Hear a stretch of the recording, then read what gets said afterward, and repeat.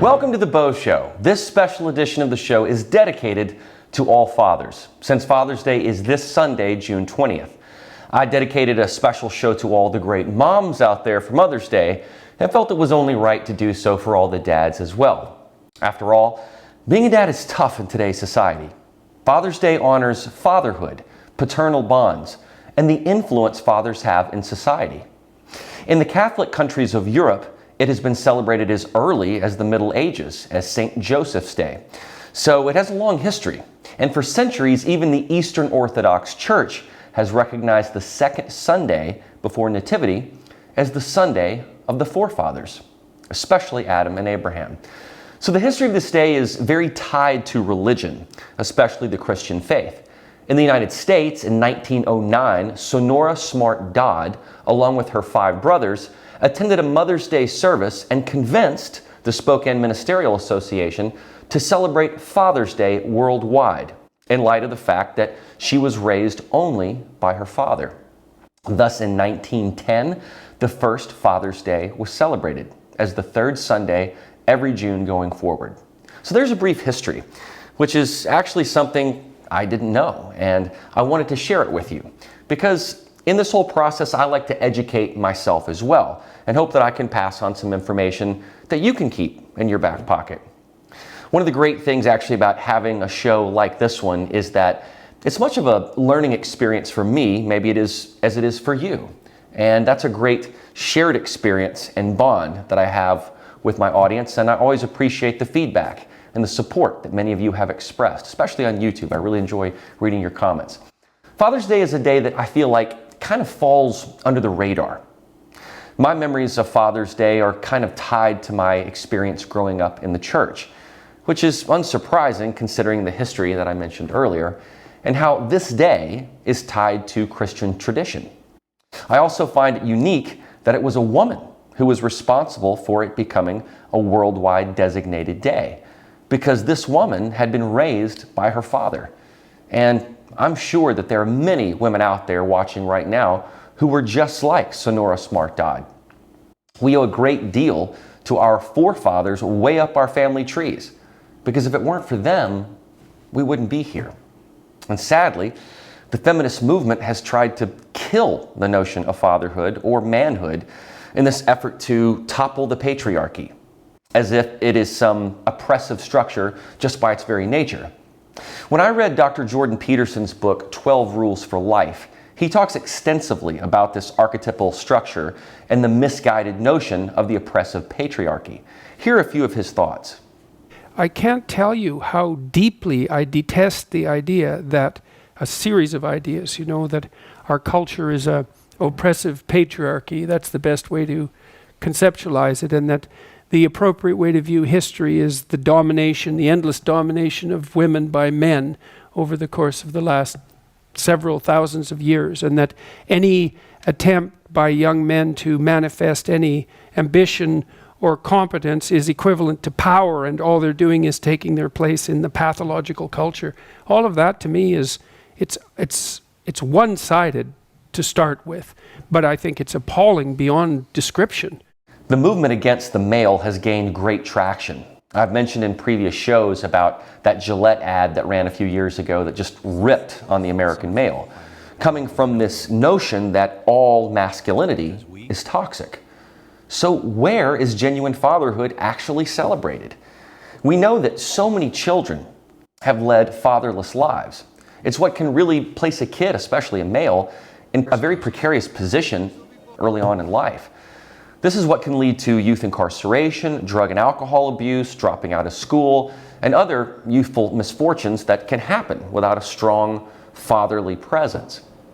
And, I also want to acknowledge those men out there who have acted as fathers to children. People who participate in groups like Big Brothers Big Sisters and other charitable work, or even stepfathers. Those guys out there who may have no biological children, but have stepped up to the plate when needed to provide wisdom and guidance.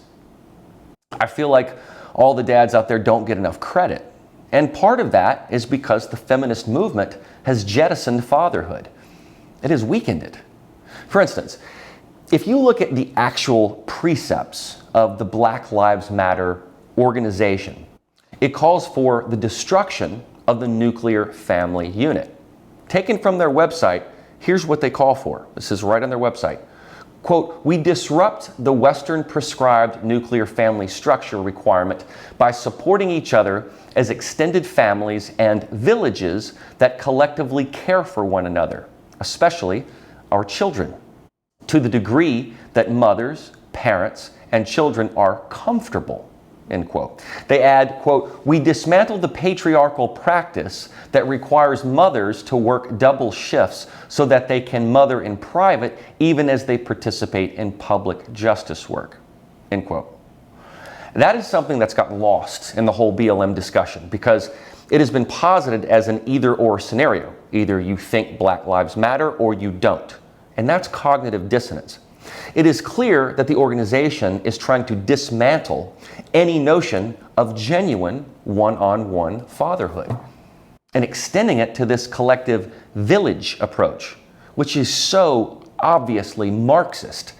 In fact, in a recently surfaced 2015 interview, one of the BLM co-founders describes herself and another founder as trained Marxists. Her words, not mine. The BLM group fails to encourage the family unit that keeps fathers in the home as active participants in their children's lives. And I think it's important to note that when you see all the BLM signs and slogans, you have to understand what they say about themselves and what they want. It's not as simple as the slogan. They put the emphasis on the village, or more specifically, the government, not the father. That is collectivism, and that is Marxism. You understand now? Anyone supporting BLM needs to know this and do so at your own risk. If you're cool with that, good for you. But that destroys the historical reason we celebrate fatherhood and Father's Day.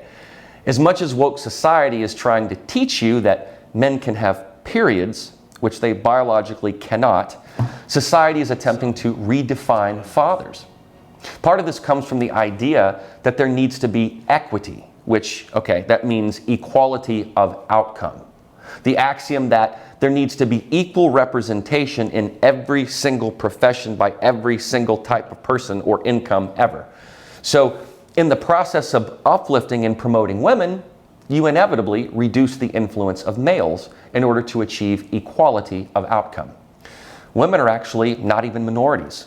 But in this conversation about where women stand and how far they can get in life and why we should celebrate women's empowerment, it can really water down or even negate celebrating the men and fathers in our lives too, and their achievements. And in the age of identity politics, it's very easy to champion the first female vice president, or the first this, or the first that. But lost in that conversation is the merit of someone traditional who is doing something great or inspirational. There's another really important reason to celebrate fathers, and our forefathers too. And that is the sacrifice many of them made in service of this great country, which was the inspiration for the 2006 Clint Eastwood directed film, Flags of Our Fathers.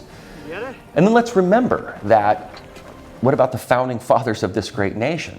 George Washington, Adams, Hamilton, Madison, Jefferson, Franklin. Yes, they were all men, but if not for them and their genius, we have no America. We owe invaluable gratitude to these forefathers. They are the patriarchy, and thank God for them. You know, my grandfather served in the military in the Philippines, and my dad was in the Army Reserves. There's a photo that I have that I really treasure of me at church as a young kid with my father and both of my grandfathers, all of whom had profound effects upon me. In fact, I believe it's Dr. Phil that has said that the same-sex parent is actually the more influential one.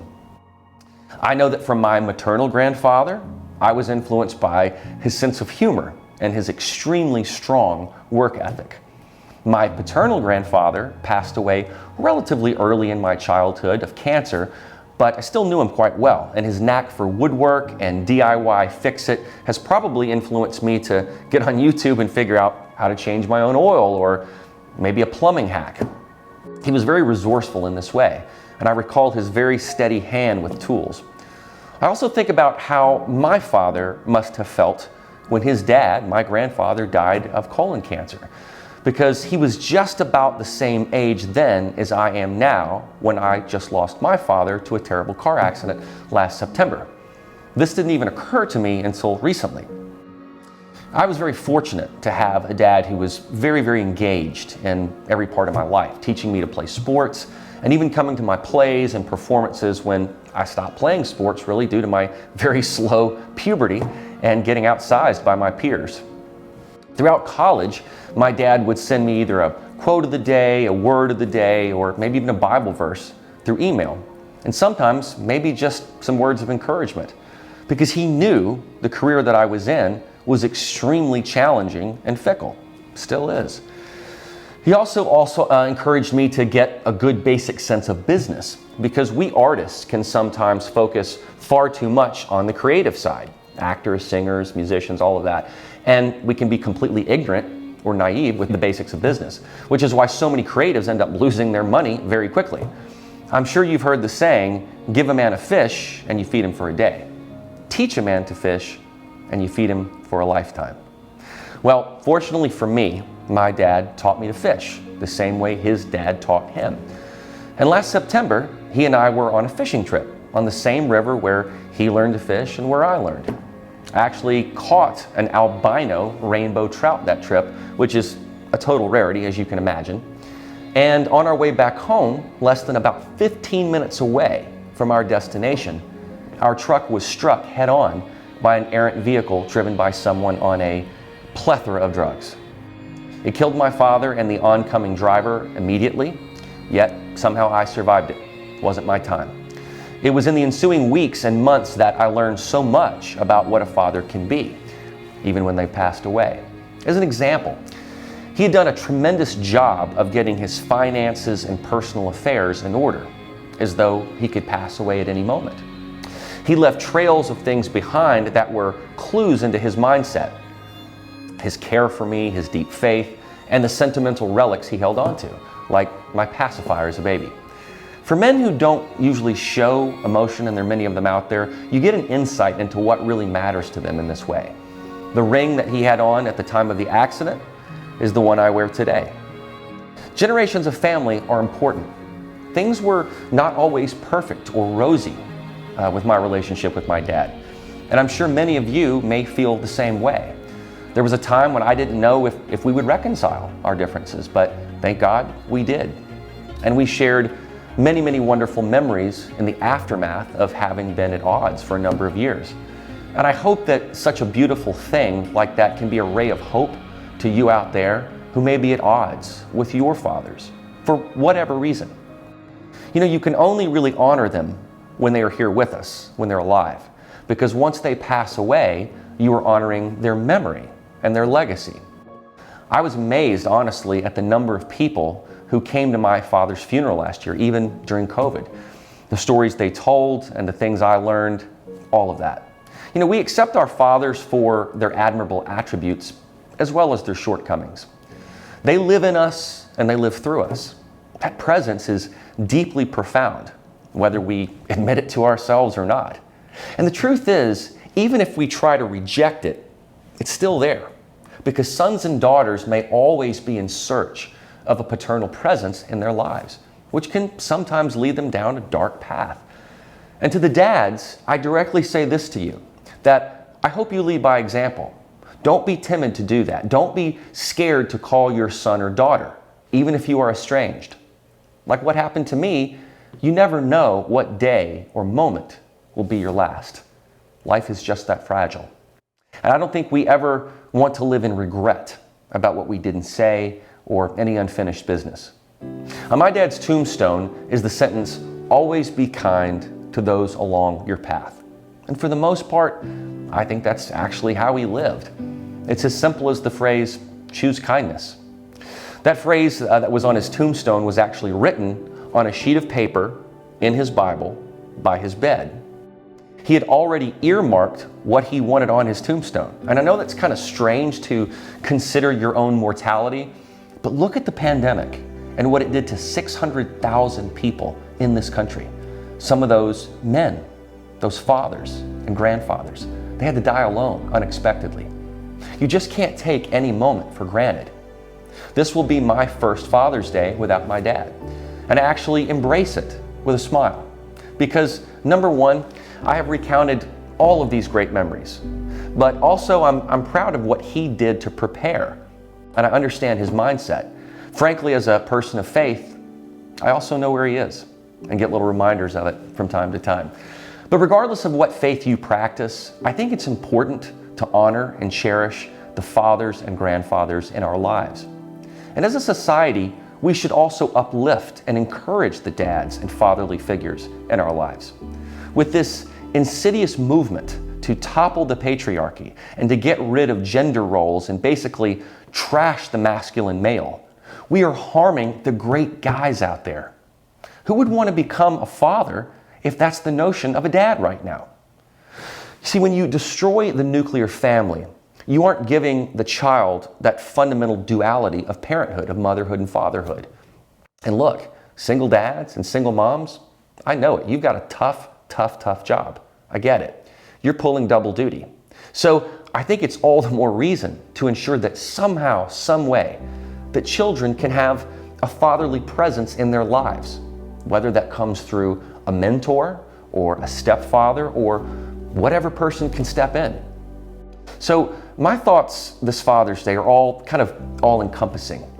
I think as sons and daughters, we have an obligation to honor and revere those who reared us. And to the fathers out there, I encourage you to reconnect with your sons and your daughters, especially if there's been any sort of disconnect or strife or estrangement.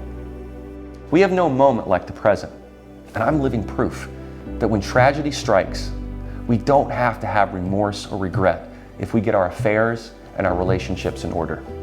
I also encourage you dads to make a living will. It'll be a lot easier on your kids when you pass away. Mine did this for me. And as I said, I consider that to be yet another act of kindness and thoughtfulness as his son. I actually consider Father's Day to be an opportunity for it to work both ways in terms of communication. It kind of seems ridiculous that we have just one day a year to remind ourselves of this. But because we have been honoring forefathers for centuries, and also because a woman whose dad raised her thought enough of her father to spark a worldwide day to honor fathers, we should respect that celebration. Traditions like this can be very important to our culture, as much as the postmodernists want to get rid of our rich traditions and erase history.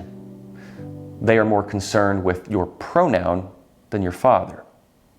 So let's celebrate fathers, let's communicate with them, let's commemorate them. On this special Father's Day edition, I'm Beau, and that's the show.